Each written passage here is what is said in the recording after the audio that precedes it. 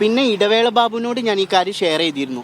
അയാളും ഇതേപോലെ തന്നെ അയാളും എന്നോട് പെരുമാറിയത്, അയാൾ എന്നോട് ഫോട്ടോസ് അയച്ചു കൊടുക്കാൻ പറഞ്ഞു, എനിക്ക് നിന്നെ ഒന്ന് കാണണം എന്ന് പറഞ്ഞു. അങ്ങനെ ഞാൻ എൻ്റെ പിക്സ് 2 അയച്ചു കൊടുത്തു. അപ്പോൾ പറഞ്ഞു ഇങ്ങനെയല്ല, കുറച്ചും കൂടി ന്യൂഡായിട്ടുള്ള പിക്സ് ആണ് കാണേണ്ടത്. അപ്പോൾ എനിക്കൊരു കാര്യം മനസ്സിലായത്, നമ്മളിപ്പോൾ ഒരു അവസരത്തിനാണെങ്കിലും നമ്മളൊരു ആവശ്യ സഹായത്തിനാണെങ്കിലും ഫിലിം ഇൻഡസ്ട്രിയിൽ പോയാൽ ദിസ് ഇസ് വാട്ട് ഹാപ്പൻ. അത് അവിടെയുള്ള പിന്നെ ഈ രഞ്ജിത്ത് ഈ റൂമിൽ ഇരുന്ന് പറഞ്ഞ സമയത്ത് പുള്ളി 2-3 നടന്മാരെ പേര് പറഞ്ഞിരുന്നു.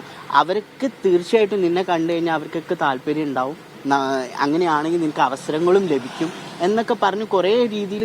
പക്ഷെ പിറ്റത്തെ ദിവസം രാവിലെ അന്ന് രാത്രി സംവിധായകൻ രഞ്ജിത്തിനെതിരെ വീണ്ടും പീഡന പരാതി. കോഴിക്കോട് സ്വദേശിയായ യുവാവാണ് ഇത്തവണ പീഡന പരാതിയുമായി രംഗത്ത് വന്നിരിക്കുന്നത്.